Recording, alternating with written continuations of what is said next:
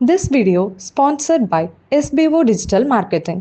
Join SBO Digital Marketing. Work from home opportunity. Mobile based part time job. Perfect for students, homemakers, and job seekers. Use your free time to earn. No fixed hours. Work at your convenience. Just share and publish content. Simple task, no selling or no referral. Have a Facebook, Instagram, or YouTube account? You're already eligible. Earn daily income with instant payouts. Start from day one.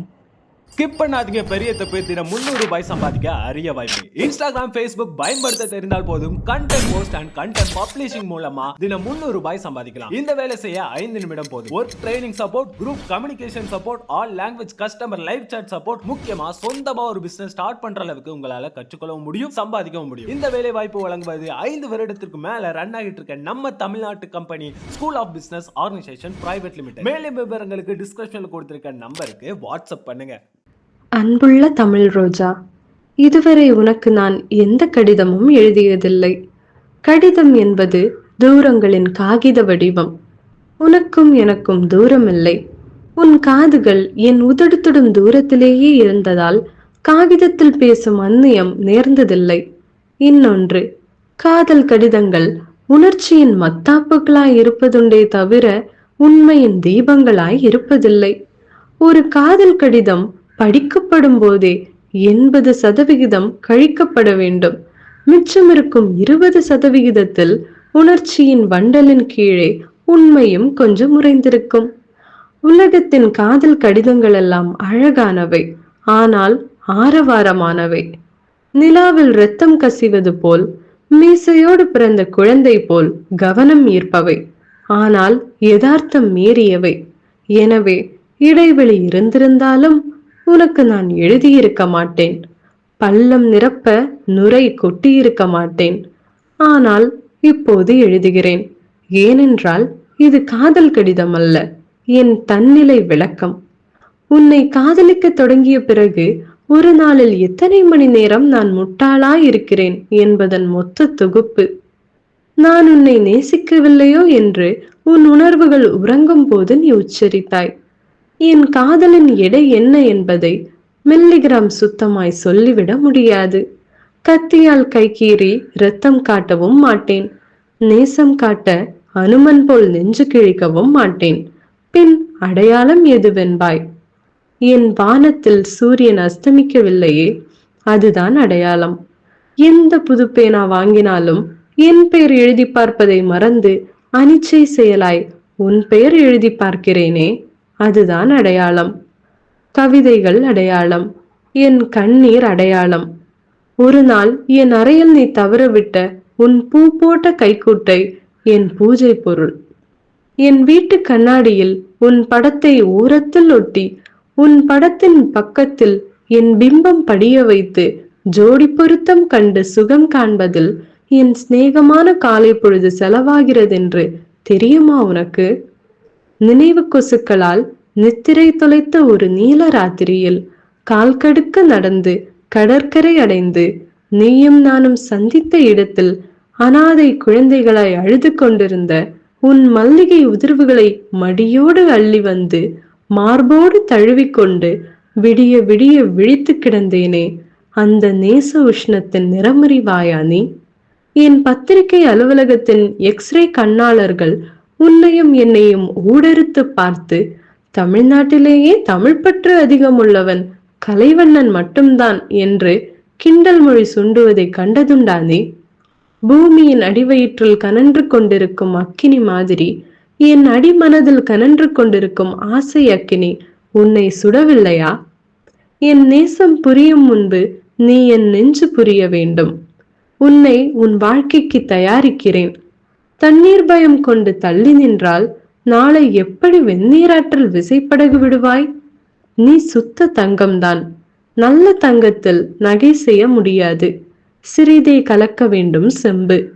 தைரியம் செம்பு, அனுபவம் செம்பு. அதைத்தான் உன்னில் கலக்க நினைக்கிறேன். உன் kangaroo மடியை விட்டு வெளியே வா. நான் சிங்கத்தின் முதுகு. ஏறிக்கொள். முதலில் தார் சூடு காணட்டும் உன் தாமரை பாதம். உன் வெல்வெட் திரை விட்டு வெளியே வா. குளிரில் கோணி போர்த்து கூவும் கரை குடிசை ஒன்றில் இரவு கழி. உன் சைவ கோடு கட கூறு கட்டி மீன் விற்கும் குப்பத்து கிழவியை சற்றே நகர சொல்லிவிட்டு ஒரு வெயில் பகலில் மீன் விற்றுப்பார். அரசாங்க லாரியில் தண்ணீர் பிடி. 2 குடம் வேர்வைக்கு பிறகு 1 குடம் தண்ணீர் நிறைவதை உணர். வெள்ளிக்கரண்டியோடு பிறந்தவளுக்கு ஏன் வேலையற்ற வேலை என்பாய்? ஓர் ஆணியை சுயமாய் அடிக்க தெரியாதவளுக்கு வெள்ளிக்கரண்டி சொந்தமாய் இருக்கக்கூடாது.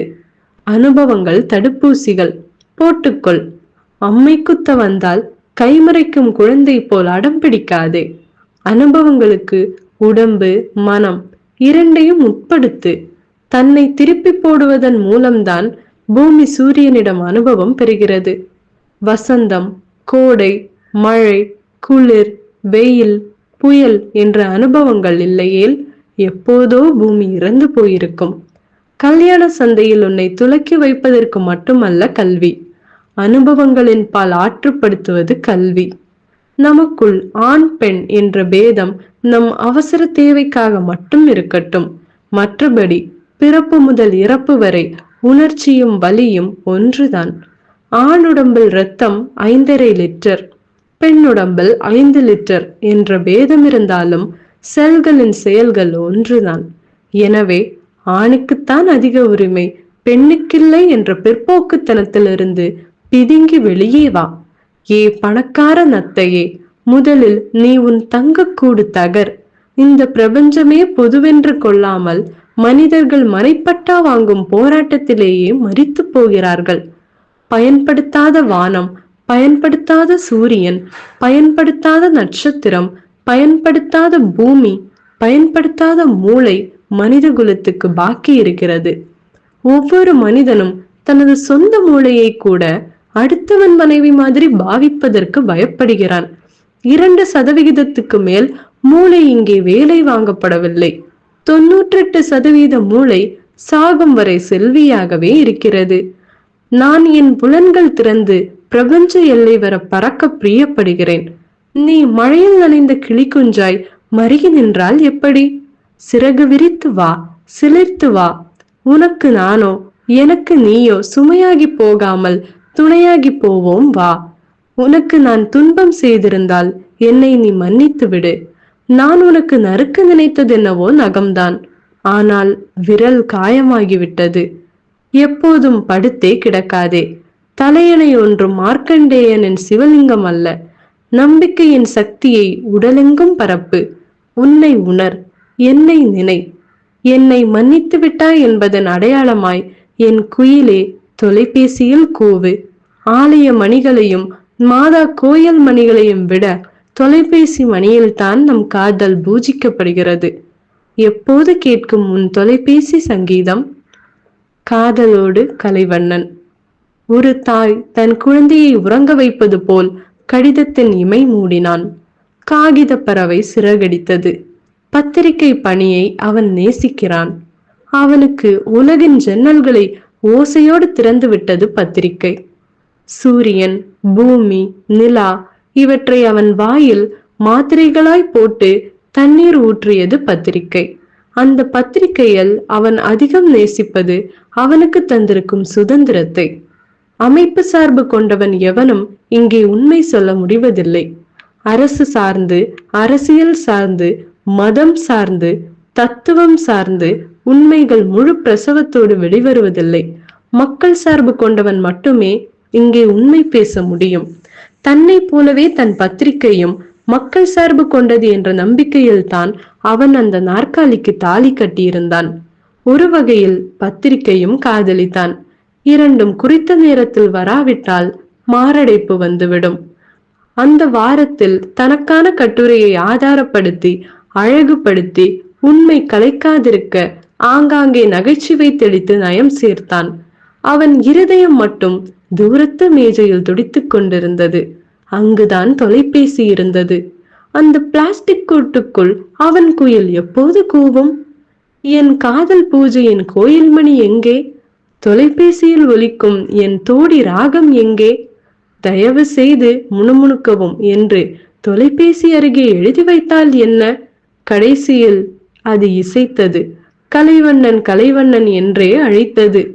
1ஆம் மணி அடங்கி 2ஆம் மணி முடிவதற்குள் ஓடி எடுத்தான். பெருமூச்சும் பரபரப்பும் இழைய நான் கலைவண்ணன் என்றான். எதிர்முனையில் கண்ணீர் பேசியது. தன் தாய்மொழியில் பேசியது.